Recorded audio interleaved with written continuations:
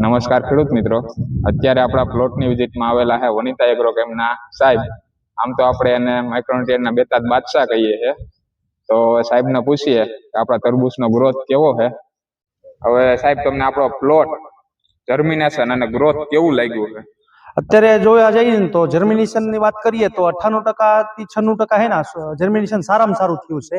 અને જોઈએ તો એનો વિકાસ અત્યારે સારામાં સારો 4 પાંદડે તરબૂચ થયા છે. અને એની કેનોપી જોવા જઈએ ને તો બહુ સારી છે. અને અભિભાઈ, તમે આપણે પાયાની અંદર તરબૂચની અંદર શું વાપરેલું છે વનિતાનું?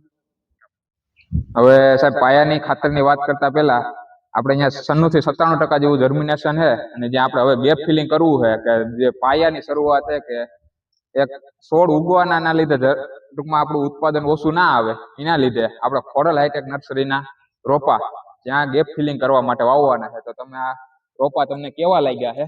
બહુ રોપા અત્યારે જોઈએ તો બહુ સારું છે. 12-15 દિવસનું રોપા છે, પણ એનું કેનોપી એની ગ્રીનરી અને પત્તાની સાઈઝ બહુ સારી જોવા મળી છે અત્યારે.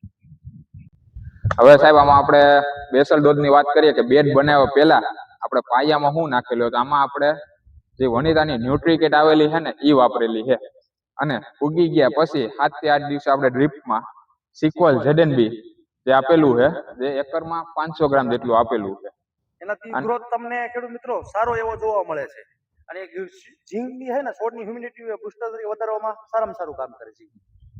અને ખેડૂત મિત્રો, આપણે વનિતાનો તો હું પહેલેથી છેલ્લે સુધી વનિતાના જ વાપરું છું ગ્રેડ.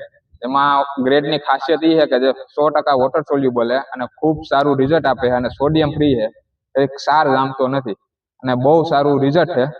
અને તમામ ખેડૂત મિત્રોને વનિતાનું જો પેટી કે તરબૂચમાં આખું શેડ્યુલ હું ડિસ્પ્લે ઉપર આપી દઉં છું, જેનું બહુ ખૂબ સારું રિઝલ્ટ મળેલું છે આપણે અગાઉ પણ. અને ખેડૂત મિત્રો, નીતિનભાઈના નંબર હું ડિસ્પ્લે ઉપર આપું છું. જે કોઈ ખેડૂત મિત્રોને ફિલ્ડની વિઝિટ કરવાનો હોય તે નંબર ઉપર કોન્ટેક્ટ કરી શકો. અને શાકભાજીના કે ટેટી તરબૂચમાં કોઈ પણ રોપાની જરૂર હોય તો આપણે ખોડલ હાઈટેક નર્સરીનો કોન્ટેક્ટ કરી અને રોપા બુક કરાવી શકો.